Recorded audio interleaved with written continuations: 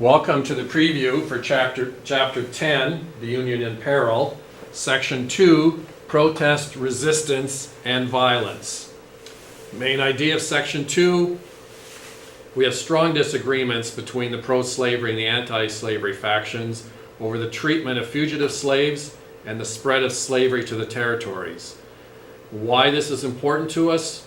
The anti-slavery leaders became role models for leaders of civil rights movements in the 20th century, and I would hold even into the 21st century. Our objectives with Section 2, I can describe the provisions of the Fugitive Slave Law and how abolitionists and Underground Railroad succeeded in defying this law. I can explain how Douglas's desire for a northern transcontinental railroad route helped destroy the Missouri Compromise and the Compromise of 1850. And third, I can describe the violence that occurred in Kansas in the fight over establishing slavery in the territory. Our terms and names: Fugitive Slave Act, a law that provided for harsh treatment for escaped slaves and for those who helped them. Personal liberty laws, laws passed by northern states forbidding the imprisonment of escaped slaves. Underground Railroad, secret network of people who hid fugitive slaves who went north to freedom. Uncle Tom's Cabin, it's an anti-slavery novel. Kansas-Nebraska Act, law that split Nebraska into the territories of Nebraska and Kansas and allowed for popular sovereignty. Bleeding Kansas, nickname given to the Kansas Territory because of the bloody violence there. Harriet Tubman, famous conductor on the Underground Railroad. Harriet Beecher Stowe, author of the anti-slavery novel Uncle Tom's Cabin. John Brown, fierce opponent of slavery, so an abolitionist who led a raid that killed 5 pro-slavery people.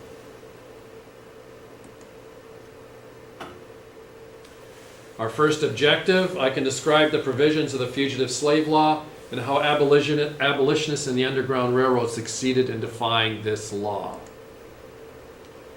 Well, the Fugitive Slave Law, first of all, alleged fugitives were not allowed a trial by jury. Fugitives could not testify on their own behalf. In fact, all that was necessary was a statement by the slave owner, and the slave would be required. And federal commissioners received $10 for returning a slave, but only would be paid $5 if they freed a fugitive slave. Another part of the Fugitive Slave Law is that anyone aiding a fugitive slave could be fined $1,000 or imprisoned for 6 months or both. Abolitionists, they organized vigilance committees and to send endangered African Americans to Canada. Once an escaped slave, an African American, was able to make it to Canada, they would be able to be free. Some abolitionists went to the extremes of violence to be able to rescue fugitive slaves.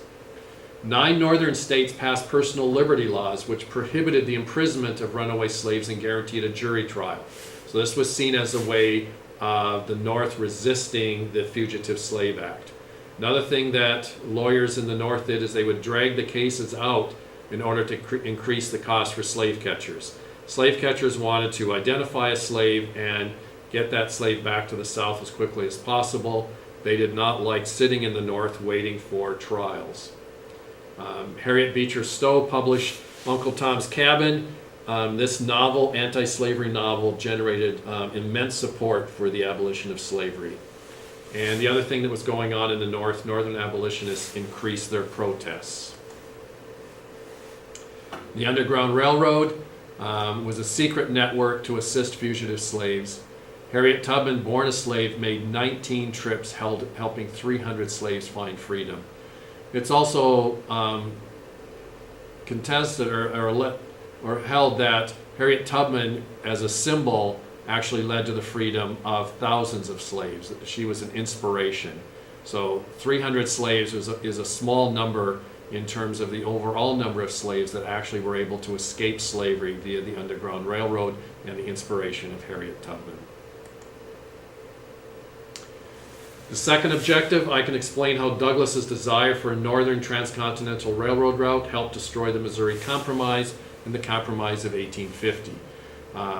Both compromises were designed to control the spread of slavery to new territories. Douglas, well, he wanted the railroad to go from Chicago to San Francisco. Now remember, Douglas is a senator from Illinois, while Southerners wanted the railroad to start in Memphis or New Orleans and go to San Francisco.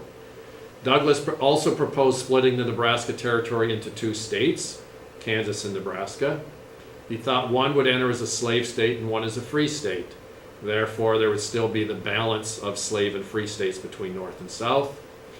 The Nebraska Territory was north of the Missouri Compromise line, and Northerners opposed Douglas's plan.